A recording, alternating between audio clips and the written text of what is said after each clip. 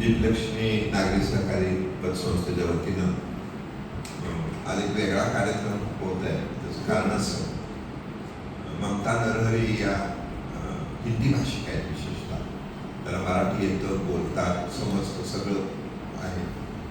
परंतु हिंदी भाषेचा एक लहेजा आहे, जो उर्दू भाषेचा आहे, हिंदी भाषेचा आहे, त्यात एक गोडवा आहे. आणि त्या मध्य प्रदेशमध्ये आहेत. आणि डॉक्टर पटवर्धन आलेले आहेत, त्याही मध्य प्रदेशमध्ये आहेत. त्यामुळे दोघींसाठी आपण टाळ्या वाजवूया. त्याचं कारण असं आहे, अरे माझं भाई विजय साबळे सुद्धा मध्य प्रदेश. त्याचं कारण असं आहे की आपल्या अजून लक्षात असं येत नाही की पहिल्यांदा आपला मुंबई प्रांत एवढा मोठा होता की त्याच्यामध्ये मध्य प्रदेश सुद्धा येतो, खांडवा येत होतं, सगळं येत होतं. मध्य प्रदेशमध्ये मराठी भाषा, बडोद्यामध्ये मराठी भाषा, इंदोरमध्ये म्हणजे उदाहरणार्थ हे सगळं जे आहे हे आपल्या मराठी भाषेचं वैभव आहे. आणि विशेषतः सातारच्या शाहू महाराजांच्या कालावधीमध्ये आपला मराठी माणसाचा संचार हा प्रचंड वाढला, भारतभर गेला. म्हणजे मग त्याच्यामुळे होळकर तिकडे गेले, ग्वाल्हेरला शिंदे गेले, दिल्लीपर्यंत आपण पोहोचलो. आणि जिथं जिथं आपण गेलो तिथं मराठी भाषा गेली. कारण शिवाजी महाराजांनी आपल्या संपूर्ण राज्यकारभारामध्ये मराठी भाषा आणलेली होती. मराठी भाषा फिरत फिरत फिरत शिवाजी महाराजांच्यापर्यंत पोहोचली. थोडक्यात म्हणजे फिरती ती. कधी त्याचा पुणे हा मध्यबिंदू झाला, कधी मुंबई झाला, कधी त्या काळात मराठवाडा विदर्भ होता, चक्रधर स्वामींच्या काळात त्याबद्दल होता. परंतु आपल्याला माहिती असलं पाहिजे की इंदोरमध्ये 7-8 लाख लोक ही मराठी आहेत. पण मराठी शाळा तर राहिल्या नाही, कारण मराठी भाषाचं राज्य आपलं तयार झालं. किंवा इकडे कर्नाटकामध्ये मराठी मराठी शाळा राहिल्या नाही. परंतु ह्याच्या विरुद्ध जर विचार केला तर आपल्या महाराष्ट्रात काही कन्नड शाळा नव्हत्याच. याचा अर्थ असा होतो की मराठी भाषा ही संपूर्ण देशभर होती. आणि तसा विचार केला तर मराठी भाषेचं राज्य झाल्यामुळं त्या ठिकाणी असणाऱ्या मराठी लोकांच्यावर सुद्धा अन्याय झाला. एका बाजूने ही बाजू आहे. पण दुसऱ्या बाजूने असं आहे की सगळ्या भाषा ह्या महत्त्वाच्या आहेत. विशेषतः हिंदी भाषा ही एवढी महत्त्वाची आहे की आपल्याला मराठी बरोबर हिंदी भाषा आली पाहिजे. म्हणजे आपल्याला आता मी सांगू इच्छितो की रेत समाधी म्हणून एक कादंबरी आहे. या कादंबरीला बुकर पुरस्कार मिळाला हिंदीमध्ये. परंतु हिंदीमध्ये असलेल्या कादंबरीचं भाषांतर इंग्रजीमध्ये करण्यात आलं.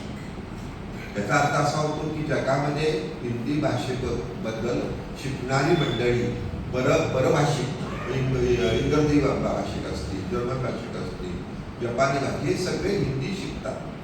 एवढं हिंदीचं वर्चस्व आहे, जगामध्ये आहे. त्यामुळं हिंदी भाषा ही आपल्या मराठी भाषेला सुद्धा भरण पोषण करणारे. त्याहीपेक्षा हिंदी भाषेचा जो फॉन्ट आहे, म्हणजे पूर्वी आपल्याला आठवत असेल डालडा, जुन्या लोकांना डबा आठवत असेल डालडा, हे ते हिंदीमध्ये डालडा आहे. परंतु हिंदी भाषा आपल्याला सहज समजते. पण कन्नडच्या लोकांना जर हिंदी भाषा समजायची असेल तर शिकावी लागते. तमिळ लोकांना जर हिंदी भाषा जर यायची असेल तर ती शिकावी लागते. आपल्याला तसं नाही. म्हणून त्यामुळं हे एवढं महत्त्वाचं आहे की ममता नरहरी यांच्या गाण्याचा जो एक वेगळेपण आहे हे महत्त्वाचं आहे. त्यांना विशेषतः संगीताची आवड आहे. त्या सगळ्या आवडी त्या जोपासतात आणि विशेषतः त्या कायम सगळ्यांच्या कार्यक्रमाला हजर असतात, सगळ्यांना मदत करतात. तर अशी एक माझी इच्छा होती की त्यांनी एक कमीत कमी 15 गाणी गावी. आणि त्या 15 माझ्या पैकी 15 गाणी त्या म्हणणार आहेत आणि 4-5 साबळे सर म्हणणार आहे. त्यामुळे आपल्याला सुद्धा एखाद्या कलाकारामधले जे वेगवेगळ्या गाण्याच्या माध्यमातून गुण आहेत ते दिसून येतात. त्यामुळे आपण वेगवेगळे प्रयोग करत असतो. मागे एकदा आपण साबळे, डॉक्टर पटवर्धन या दोघांनीच काही 20 गाणी गायलेली आणि मी तशी त्यांना विनंती केली, त्यांनी ते मान्य केली. विशेषतः त्याबद्दल मी त्यांचं स्वागत करतो. आणि त्यांना मी सांगेन की तुम्ही लिहित राहा. त्याला लिहिण्याची पण आवड आहे. तुम्ही हिंदीमध्ये काही लिहा, तुम्ही पण लिहा, आपल्याला ते पाठवता येईल. कारण कोल्हापुरी लवटेसर जे आहेत त्यांना हिंदीचा मोठा पुरस्कार मिळालेला आहे. तर हिंदी भाषिक भरपूर आहेत आपल्याकडे. मराठी माहिती असणारे सुद्धा, परंतु त्या भाषांमधले वेगवेगळे शब्द वेगळ्या बाबतीत येत असतात आणि ते महत्त्वाचे असतात. आणि दीक्षित सर आपल्याला बोलतीलच जी घराणी आहे, देवपूर घराणी ग्वाल्हेर हां ते बोलणार आहेत. तर त्याच्यामुळं दुसरा एक महत्त्वाचा मुद्दा सांगायला राहिला की जगामध्ये योगा आणि शास्त्रीय गायन विशेषतः याच्यामध्ये आपली एक मोनापोली आहे. तर त्या माध्यमातून आपलं जे भारतीयत्व आहे हे सगळीकडं पोहोचत असतं. आणि त्यामुळे हाचा कार्यक्रम आपण एन्जॉय करूया. मी ममता नरहरी असतील, डॉक्टर सोपाट असतील, विजय साबळे असतील आणि नवोपरी दीक्षित सर या महिन्यापासून एक कार्यक्रम करणार आहेत. 12 महिन्यांमध्ये आपण एक पुस्तक करणार आहोत आणि आपण ज्यासाठी दीक्षितांच्या कार्यक्रमाला आपल्या घरातली मंडळींना आणलं पाहिजे किंवा आपली बाल्य असतील त्यांना हळूहळू या विषयाकडे वळवलं पाहिजे, असा आपण नक्की प्रयत्न करूया. पुन्हा एकदा या ठिकाणी आपलं सर्वांचं स्वागत करतो. धन्यवाद. माननीय श्री संजय दीक्षित हे आता त्यांचं मनोगत व्यक्त करतील. मी त्यांना विनंती करते सुरुवातीला ममता नरहरी या त्यांचं मनोगत व्यक्त करतील.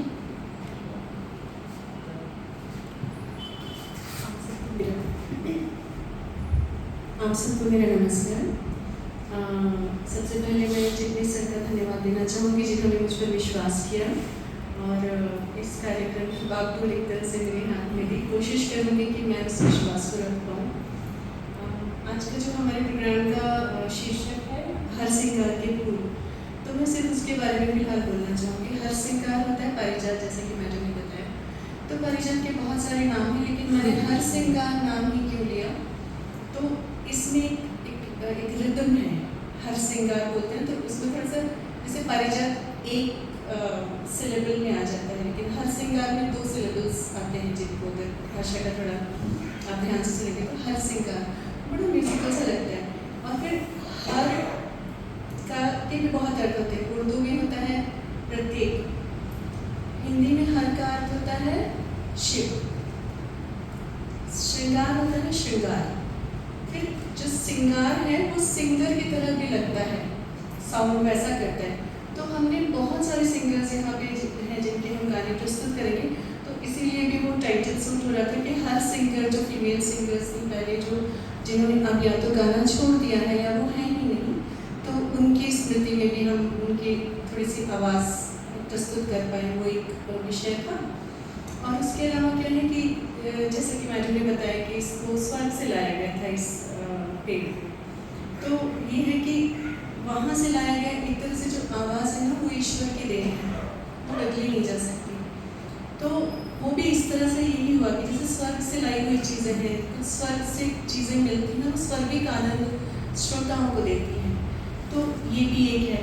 और आपने देखा होगा कि इस मौसम में पारिजात के फूल खिलते हैं, हर श्रृंगार, और गोधूली से गोधूली तक ही रहते हैं. शाम को खिलते हैं और सुबह तक गिर जाते हैं. उसके ऊपर लोग चलते हैं, वो बिखरते हैं, कुचल ले जाते हैं, मसले जाते हैं, लेकिन खुशबू नहीं जाती उनकी, वो खुशबू देना नहीं छोड़ते.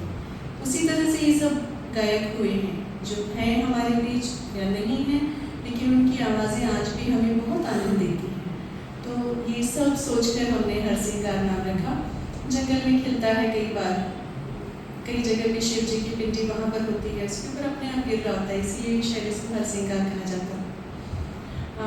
इसमें हमने बहुत सारे सिंगर्स हैं, उनके गाने हम प्रस्तुत करने का प्रयास करेंगे. सर के साथ साबले सर हैं, तो उनके साथ प्रयास करेंगे. और इसके अलावा हमने हर तरह के लगभग जितने प्रकार होते हैं, जैसे संगीत में होता है भजन है, कीर्तन है, आम नॉर्मल से जैसे गीत होते हैं, गज़ल है, नज़्म है, तो उस तरह की हमने कोशिश की है कि हर प्रकार का एक जॉनर जिसको कहते हैं वो प्रस्तुत कर पाएँ. तो मैं आशीर्वाद देना चाहूँगी आप सबका, और साबले सर का भी बहुत बहुत धन्यवाद. उन्होंने मुझे बहुत अच्छे से ट्रेन किया है, बहुत मेहनत की मेरे साथ में. Thank you. माननीय श्री संजय दीक्षित सर त्यांचं मनोगत व्यक्त करतील.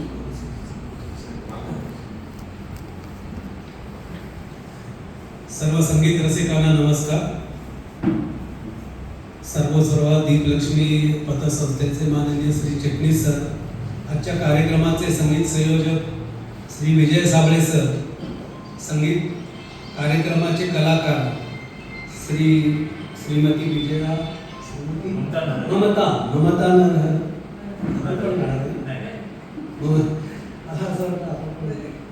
ममता नरहर, आणखी विजय साबळे सर, ह्या सगळ्या कलाकारांचं मी स्वागत करतो. आणखी त्यांना खूप शुभेच्छा देतो. आत्ताच विषय मध्य प्रदेशचा निघाला आणि सर साहित्यिक असल्यामुळे त्यांनी मराठी साहित्य या विषयावर त्याची माहिती सांगितली. मी तुम्हाला सगळ्यांना सांगू इच्छितो की सगळ्यात मूळ जे घराणं होतं ग्वाल्हेर घराणं, त्याची उत्पत्ती मध्य प्रदेशमधनंच आहे. मी या तानसेनची समाधी मध्य प्रदेशमध्येच आहे.